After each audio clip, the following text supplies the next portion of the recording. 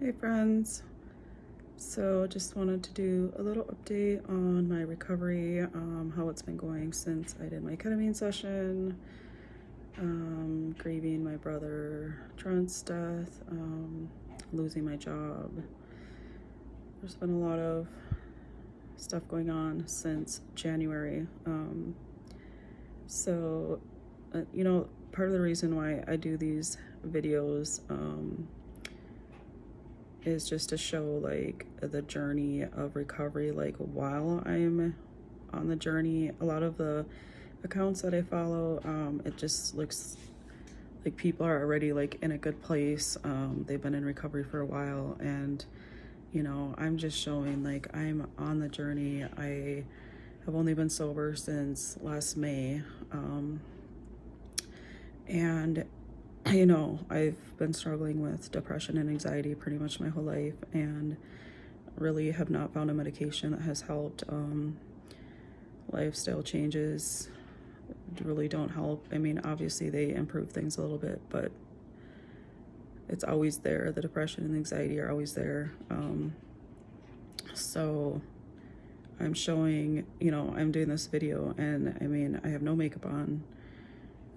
I have not showered for, I think, 2 days, maybe. Hair's greasy. I have cat hair on me, and it's just not a good look, but this is how I am right now. So I'm not gonna try and quickly take a shower and act like I have everything together, because I don't. So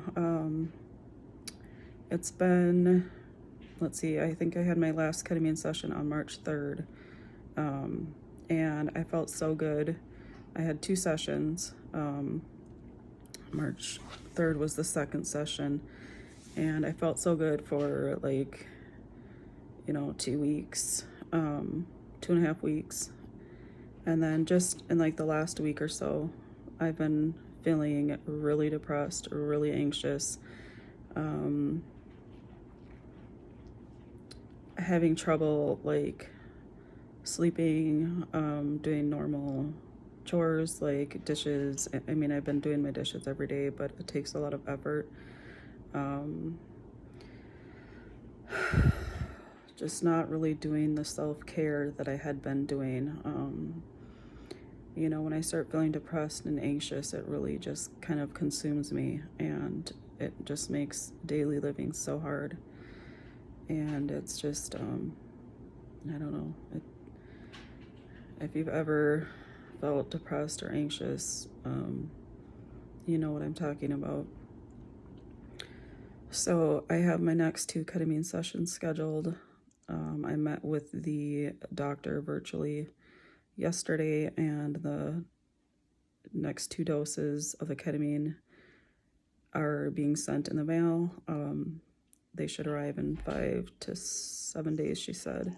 So I have my 3rd ketamine session scheduled for next week, and then the 4th one's scheduled for 2 weeks after that one, and then I'll meet with the doctor again and talk about a maintenance schedule. So in the meantime, I have been continuing with my outpatient therapy twice a week, and then I started EMDR therapy, which I've been loving. I love my therapist, and we've just been doing it virtually, which is great for me, being my driver's license is still kind of in a sketchy standing, and our one vehicle is totaled. So just, life is just really difficult right now. I haven't worked since January 26th. I've been applying for jobs to work at home. I live in a state where that is not part of the compact state nursing, which the jobs that I've been applying for are like at home telephone triage, and the majority of them are requiring a compact state nursing license. So that kind of, leaves that out for me. And then the other thing is, I live in a small rural town, and the other jobs that do not require a compact nursing license I would have to live in a bigger city like, Minneapolis or St. Paul. So now I'm wondering, what do I do? Do I just go back to work like at a nursing home or, a hospital or an assisted living where I am on my feet again for 8, 12 hours a day and having that pain in my left foot? I had surgery scheduled for my left foot and had to reschedule it, which actually they still haven't called me to do that, but I had COVID, tested positive on March 5th, and the new recommendations for anesthesia are if you have COVID with symptoms, you have to wait at least 6 weeks. So I don't know.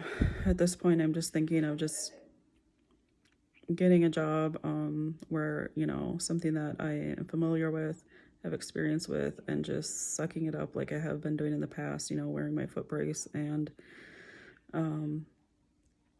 working part-time, and then I'd have time to recover in between my shifts. So I don't know. On top of that, dealing with my brother's death has been really hard. Many times during the day, I find myself thinking about him and missing him, and man, you guys, it just does not get easier. Keep thinking that, I've just heard that saying my whole life, time heals all wounds. I don't think this is something that's ever going to heal. I think it's always going to be there. I think I'm just going to have to learn how to live with it. And I don't know. Just miss him. Just wish I could see him again.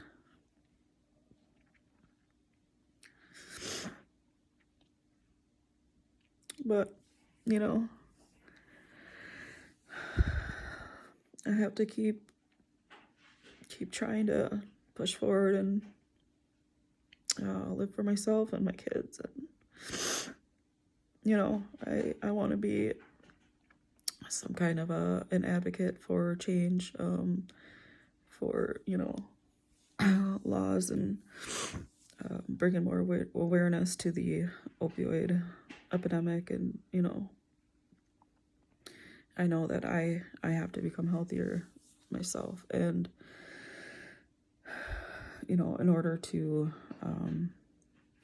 help make change. So that's kind of what I'm keeping my focus on. So